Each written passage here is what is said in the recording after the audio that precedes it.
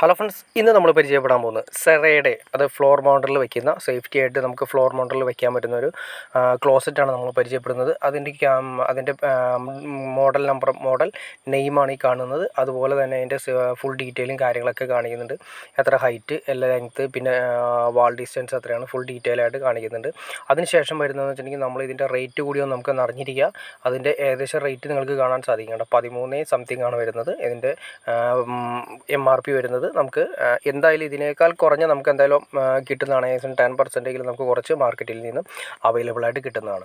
ഇത് നമ്മൾ already fit ചെയ്തതിനു ശേഷമുള്ള വീഡിയോ ആണ്. ആ ക്ലോസറ്റാണ് നമ്മൾ ഈ കൊടുത്തിരിക്കുന്നത്. അതായത് നമ്മുടെ ഭിത്തിയിൽ നിന്നും കുറച്ച് ഒരു ചെറിയൊരു ഗ്യാപ്പ് ഇട്ട്, ഇനി ചേര വെക്കാണ്ടിരിക്കുന്നതാണ് കുറച്ചുകൂടി നല്ലത്.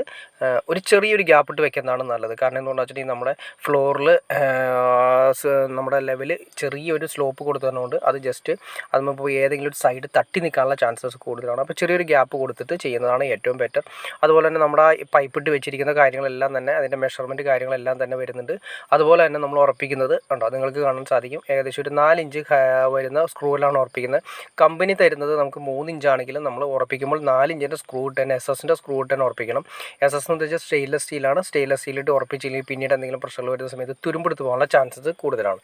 പിന്നെ നമ്മൾ കണക്ഷൻ പൈപ്പ് കൊടുത്തിരിക്കുന്നത് അതിൻ്റെ ഗ്യാപ്പിലൂടെ നമ്മൾ അതായത് അതിനിടാൻ വേണ്ടി സെപ്പറേറ്റ് ഒരു ഗ്യാപ്പ് ഉണ്ട്. പിന്നെ ഒരു കാര്യം ശ്രദ്ധിക്കുക, ഒറ്റ പീസായിട്ടാണ് വരുന്നത്. അതായത് എൻ്റെ ഫ്ലഷ് ടാങ്കും കൂടി ഒറ്റ പീസായിട്ടാണ് വരുന്നത്. അതുകൊണ്ട് തന്നെ നമുക്ക് വിശ്വസിച്ച് യൂസ് ചെയ്യാൻ പറ്റുന്ന, അതുപോലെ തന്നെ നിലത്താണ് ഉറപ്പിച്ചിരിക്കുന്നത്. അതുകൊണ്ട് നമുക്ക് എന്തൊക്കെ പ്രശ്നങ്ങൾ സംഭവിച്ചാലും അപകടങ്ങൾ മാക്സിമം നമുക്ക് കുറയ്ക്കാൻ സാധിക്കും.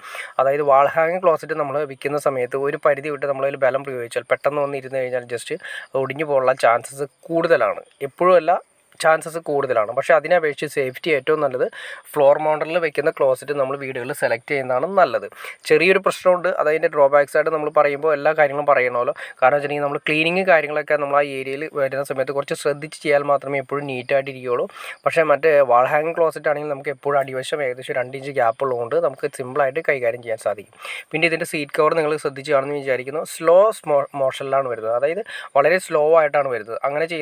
അങ്ങനെയാണ് ഇപ്പോഴത്തെ സിസ്റ്റങ്ങൾ എല്ലാം ചെയ്യുന്നത്. കാരണം ഒറ്റയടിക്ക് വന്ന് അതിൻ്റെ ബേസ്മെൻറ്റിൽ അടിച്ച് വളരെ സൗണ്ട് ഉണ്ടാകുന്നത് മാത്രമല്ല, അതുപോലെ തന്നെ അത് പൊട്ടിപ്പോകാനുള്ള ചാൻസസും കൂടുതലാണ്. സെറാമിക് ആയതുകൊണ്ട് വളരെ സ്ലോവിൽ വന്നിട്ടാണ് അതിൻ്റെ ഡോറുകളെല്ലാം അറിയുന്നത്. അപ്പോൾ നമ്മൾ യൂസ് ചെയ്തതിന് ശേഷം ഡോർ അടയ്ക്കുമ്പോൾ ശ്രദ്ധിക്കുക, ഡോറ് ഫ്ലഷ് ടാങ്കിൻ്റെ അതുപോലെ തന്നെ സീറ്റ് കവർ നമ്മൾ പെട്ടെന്ന് വലിച്ചടയ്ക്കേണ്ട. അത് ഓട്ടോമാറ്റിക്കായിട്ട് നമ്മൾ ജസ്റ്റ് ഒന്ന് തട്ടി കൊടുത്താൽ തന്നെ അത് വളരെ സ്ലോവിലൊന്ന് ക്ലിയർ ആയിക്കോളും. പിന്നെ ഇതിൻ്റെ ഡീറ്റെയിൽ നോക്കിയാൽ തന്നെ അറിയാൻ പറ്റും. കണ്ടോ, അതിൻ്റെ പുഷ് ബട്ടണാണ് കാണുന്നത്. 2 സ്ക്വയർ ഷേപ്പിൽ തന്നെയാണ് കൊടുത്തിരിക്കുന്നത്. നല്ല രീതിയിൽ തന്നെ സെറാൻ്റെ ഡിസൈൻ ചെയ്തിട്ടുണ്ട്. പിന്നെ അതിൻ്റെ ഉള്ളിൽ വരുന്ന ഫിറ്റിങ്സും കാര്യങ്ങളൊക്കെ ഇതിനെക്കുറിച്ച് അറിയണമെന്ന് താല്പര്യമുണ്ടെങ്കിൽ കമൻറ്റ് ചെയ്താൽ അതിനെക്കുറിച്ചൊരു വീഡിയോ ചെയ്യാൻ സാധിക്കുക. അതായത് എങ്ങനെയാണ് അതിൻ്റെ ഓവർഫ്ലോ കാര്യങ്ങളൊക്കെ കറക്റ്റ് ചെയ്യുന്നത്, എങ്ങനെ കംപ്ലയിൻറ്റ് ഉണ്ടായി കഴിഞ്ഞാൽ എങ്ങനെയൊക്കെ ചെയ്യാമെന്നുള്ളതും ഡീറ്റെയിൽ ആയിട്ട് നമുക്ക് ചെയ്യാൻ സാധിക്കുന്നതായിരിക്കും. ഓക്കെ ഫ്രണ്ട്സ്, അപ്പോൾ നിങ്ങൾക്ക് ഈ മോഡൽ ഇഷ്ടപ്പെട്ടെന്ന് ഞാൻ വിചാരിക്കുന്നു. ഇനി എന്തെങ്കിലും ഡൗട്ട്സോ, നിങ്ങൾക്ക് ഇഷ്ടപ്പെടാത്തൊരു കാര്യം ചിലപ്പോൾ റേറ്റ് ആയിരിക്കും ഇഷ്ടപ്പെടാത്ത കാര്യം, എന്തായാലും ആ റേറ്റ് തന്നെയാണ് കമ്പനി കൊടുക്കുന്നത്. ഓക്കെ ഫ്രണ്ട്സ്, നിങ്ങൾക്ക് ഈ വീഡിയോ ഉപകാരപ്പെട്ടെങ്കിൽ തീർച്ചയായിട്ടും ലൈക്ക് ചെയ്യാനും മടിക്കരുത്, അതുപോലെ ഷെയർ ചെയ്യാനും മടിക്കരുത്, സബ്സ്ക്രൈബ് ചെയ്യാനും മടിക്കരുത്. ഓക്കെ ഫ്രണ്ട്സ്, അടുത്ത വീഡിയോയിൽ കാണുന്നവരെ ഓക്കെ.